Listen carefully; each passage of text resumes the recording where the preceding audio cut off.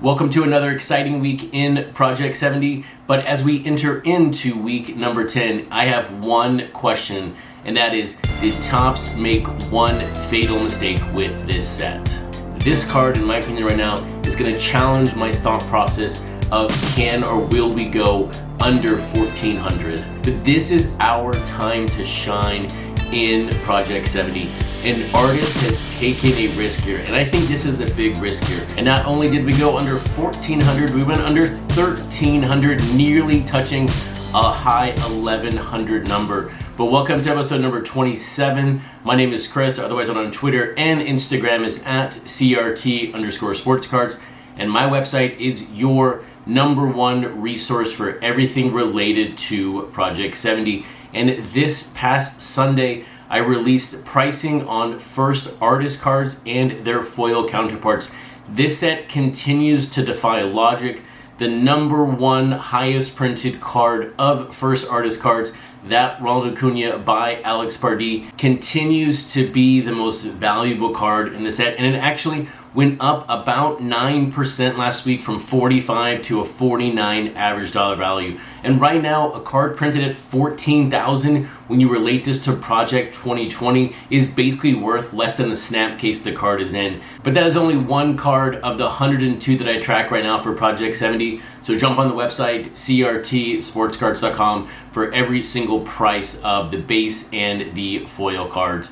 But what did I miss on Friday? As you know, I did not release a video on Friday, which was the first time I did not release a video since the set launched on a Friday night, and it's very rare for me not to put out a video during the release of either 20 and 70. So let's quickly touch on the highlights from last week. And now, of course, the biggest highlights are always going to be the print run numbers, because it kind of tells us where the set is going. But from a non-print run perspective, my number one highlight last week was the fact that Topps did Jackie Robinson Day absolutely correct, releasing 3 Jackie Robinson cards on Thursday, and it was also very, very nice to see the fans respond to those cards.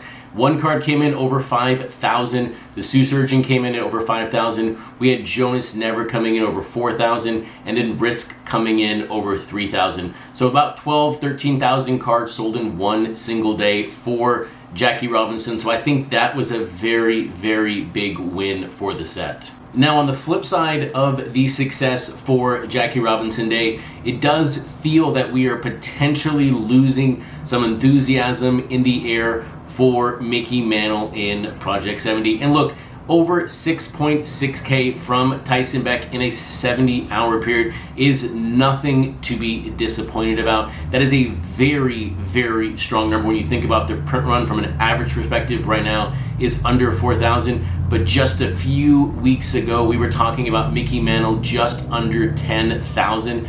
So that's a 40% decrease here in just a few weeks. So we will just have to wait and see which artist tackles Mickey Mantle next to see how that print run number comes in to really gauge if the steam is out of Mickey Mantle this early already in Project 70. But now again, on a positive note, it was very, very nice to see Sophia Chang release Luis Robert in Project 70, another rookie card. This is now the third rookie card in the set to join Joe Adele and Kyle Lewis, and she was rewarded with a print run just under 4,000. So very, very nice to see another artist take a risk here with a rookie. Now look, he is pretty well known in the game right now. Not as big of a risk as like John Kruk from Distorted, but it was nice to see that card have a higher than recent average print run on a card.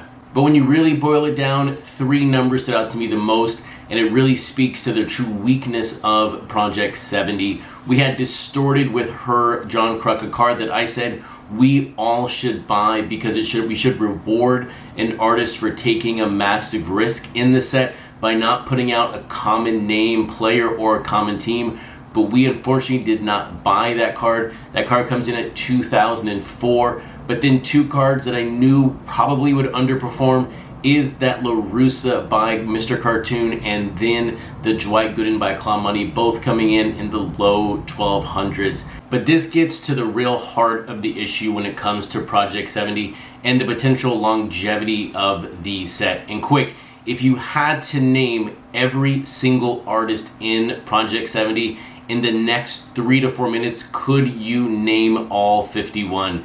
In my opinion, as we've gone through now 130 some odd cards in the set, and think about this, we have to do this another 10 times. And you think about this in relation to Project 2020, we were already 25% done with the set. So you can kind of start to see the set coming into focus. And right now, with 130 cards released, we still have 900 to go in the set. It's just too much to focus in on. And I bet if you were to ask a casual fan right now, what is Project 70? They might say it's some kind of horror set because of the success that Alex Pardee has had so far in Project 70. But the set is so much bigger and greater than that.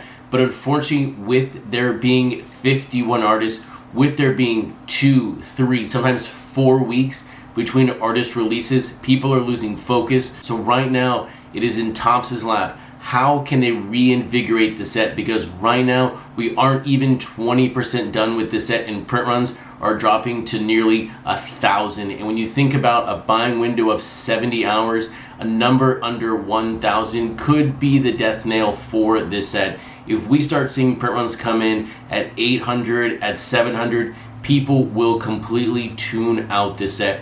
When you go back to that Claw Money, Dwight Gooden, and you go back to the cartoon LaRussa, those rainbow foil parallel odds are under 1 in 20. So if you bought 20 of them, you're more than likely going to hit a rainbow foil. So that chase card, if the print runs get too low, are out the window. So Topps has to do something quick, or we're about to get really low, and then we have some real big questions going forward around Project 70.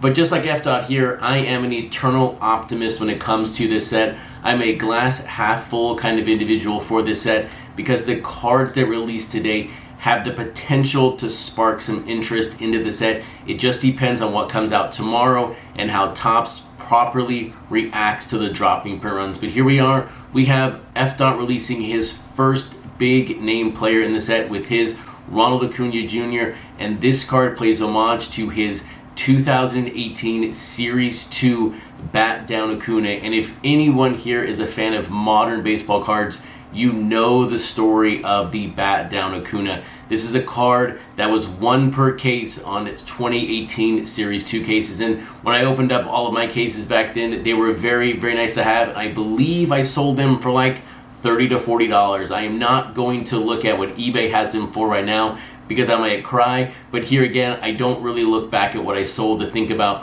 what could have been. I just know at the time that was the proper sale of that card. But we have FDOT doing the right things again with this card. The thing that stands out to you the most is, of course, the range of FDOT and his designs compared to Project 2020. But when you are a fan of Acuna, you know where he's from, and he's from Venezuela, and this card screams Venezuela with the colors of the background and an Acuna all together. And so while that Acuna by FDOT is going to get a ton of press because of the player that is on the front of the card, we also have Alex Pardee releasing his Cabrian Hayes, another artist that really just has the project in his hand at the moment. But not to get lost in the shuffle today is going to be Undefeated. Undefeated is releasing their third card in the set. This is the conclusion of their 3 times dope subset. One of the very first artists to release sort of a subset 3 to 5 card series of their overall 20 card run with their Mookie Betts. You know, this is sort of a card that if you like Undefeated, you're going to like it.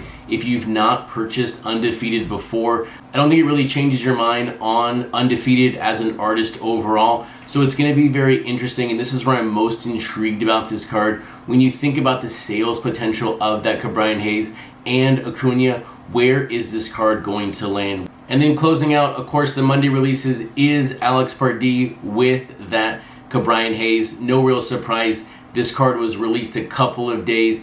Everybody's seen it. And if you've not seen Alex Pardee's video about this card, it is a must watch. I think it's like 45 to 50 seconds. It's just fantastic.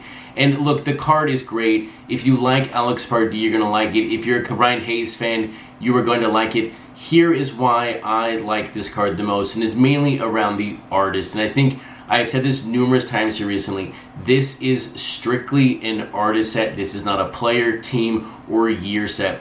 It really feels to me that Alex Pardee is genuine in his interest of selling product.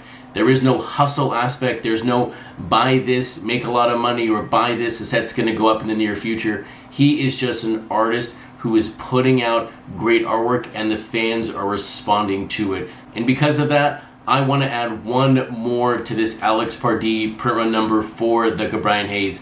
This card I'll be giving away for free tonight, and here is how you win that card free from me. Number one, be subscribed to the channel. Number two, put that print run guess for this card below in the comments. The person nearest the print run without going over will win this card free from me. So best of luck guessing this print run. Will it be 10, 12, 14,000, or will this be something more normal in the 6,000 to 7,000 range because it is Brian Hayes?